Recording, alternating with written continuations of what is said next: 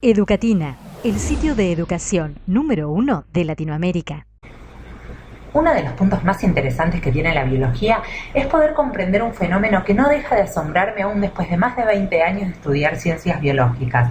¿Cómo es que desde una única célula podemos obtener un organismo entero como este, o como este, o como este?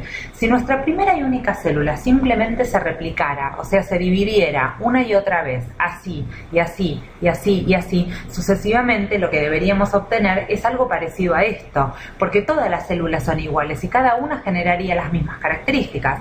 Por suerte para nosotros, la naturaleza fue bastante sabia y nos dio algunas ventajas competitivas en la evolución.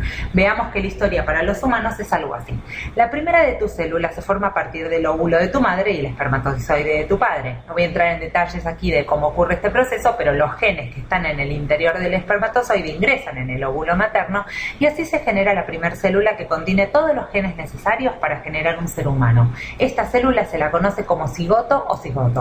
El cigoto, en cuestión de unas 24 horas, comienza a replicarse y dividirse generando células hijas exactamente iguales a la célula original. Cada una de estas células se denomina blastómeros. Los blastómeros se siguen dividiendo en sus células hijas una y otra vez hasta formar un grupo de células que se parecen a una mora y por eso la llamaron mórula.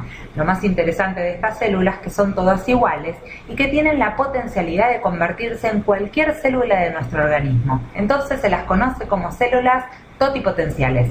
Luego de varios procesos de replicación o división celular, necesitamos que suceda algo excepcional. Una de estas células decide diferenciarse, dejar de ser como su grupo. ¿Esto suena? Esto se conoce como diferenciación y es algo tremendamente importante. Esa célula que comienza a diferenciarse va a tener una forma diferente y a generar algunas proteínas diferentes a las células que le dieron origen. Esta célula ya diferenciada, a su vez, va a seguir dividiéndose y sus hijas también van a tener procesos de diferenciación. Así, cada grupo de células ya con funciones más específicas van a formar los órganos, como por ejemplo el corazón, el hígado, el páncreas, los pulmones, y a medida que las células se siguen replicando, se forman estructuras cada vez más complejas, como los sistemas de órganos, o sea, el sistema circulatorio, el sistema respiratorio. Una vez que los órganos y sistemas están organizados, el cuerpo sigue haciendo procesos de división celular, que ahora ya podemos empezar a hablar de mitosis. Las mitosis ocurren desde el principio, pero ahora que sabemos lo que es la división celular, hablamos de mitosis. Y aumenta entonces el volumen del organismo, generando un embrión cada vez más grande hasta el momento de nacimiento. Una de las primeras cosas que se preguntaban los científicos al estudiar estos fenómenos de la embriología humana o el estudio de los embriones humanos era cómo era que sucedía que una célula totipotencial tenía la capacidad de convertirse en una célula del corazón o de una célula del sistema inmunológico o del sistema nervioso. Hicieron experimentos súper interesantes en los que separaban las células totipotenciales y las cultivaban en el laboratorio, agregando al medio de cultivo diversos factores de diferenciación. Estos factores de diferenciación en realidad son proteínas que al actuar con estas células totipotenciales activan genes en el interior de esta célula que hacen que la célula se diferencie y se convierta en una célula con una función específica. En estos experimentos hay un montón y se sigue investigando de manera súper activa. Me encanta terminar este tipo de explicaciones con una pregunta para poder discutirla en los comentarios.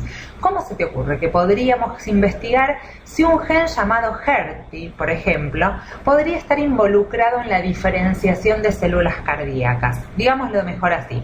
Unos investigadores descubrieron que al colocar una célula totipotencial extraída de una mórula en un medio de cultivo al que le agregaron factores de diferenciación, por ejemplo un factor beta, esta célula se convierte en una célula cardíaca. ¿Cómo podríamos hacer para saber si el gen HERT fue el responsable de que ocurra esta diferenciación?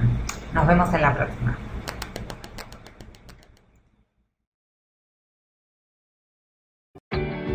Educatina te recomienda los siguientes videos para que sigas aprendiendo.